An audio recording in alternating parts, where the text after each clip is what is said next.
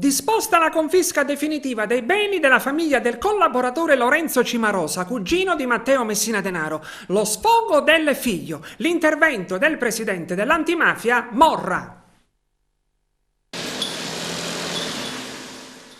La Cassazione, con sentenza definitiva, ha disposto la confisca. Ai primi di giugno Giuseppe e Michele Cimarosa, con la madre Rosa Filardo e la nonna Rosa Sant'Angelo, consegneranno allo Stato la loro casa e l'annesso maneggio equestre EQUS, in contrada Fontanelle Maggiare, a Castelvetrano.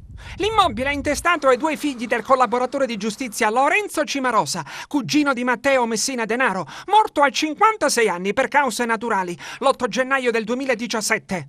Il primo sequestro preventivo risale al 2014 ad opera della sezione misure di prevenzione del Tribunale di Trapani, poi è stato confermato in appello e adesso dalla Suprema Corte. Giuseppe Cimarosa, 39 anni, è appassionato di equitazione e ha partecipato a diversi e prestigiosi eventi equestri in tutta Italia. E innanzi alla Commissione Nazionale Antimafia si è rammaricato così. Credevo che la scelta di mio padre di collaborare con i magistrati fosse stata apprezzata da molti cittadini e invece mi sono ritrovato da solo con mia madre, mio fratello e mia nonna, la sorella della madre di Matteo Messina Denaro. C'è chi con un pretesto è andato via dai corsi di equitazione, altri ancora hanno deciso di non parlarmi più.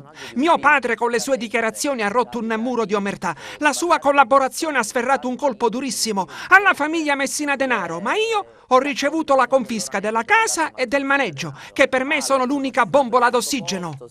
Oggi nel mio maneggio abbiamo un vivaio di quasi 50 tra bambini e ragazzi e l'Associazione Libera organizza periodicamente incontri, portando anche alcuni detenuti minorenni in prova per ascoltare la nostra testimonianza, ha concluso.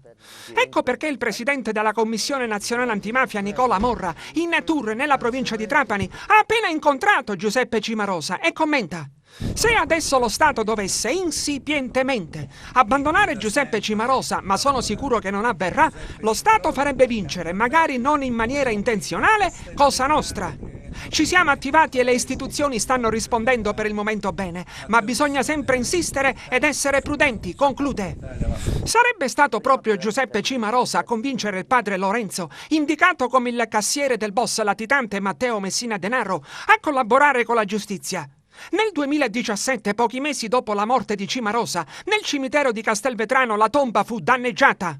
Ignoti spaccarono un angelo di marmo posto sulla lapide, che rovinò a terra rompendo un cuore in ceramica, un lumino e un libro di marmo con la foto e un pensiero scritto dai familiari. A Firenze i parenti, per ricordarlo, hanno affisso la foto di Lorenzo Cimarosa sulla tomba di famiglia e anche la foto è stata danneggiata nel 2019.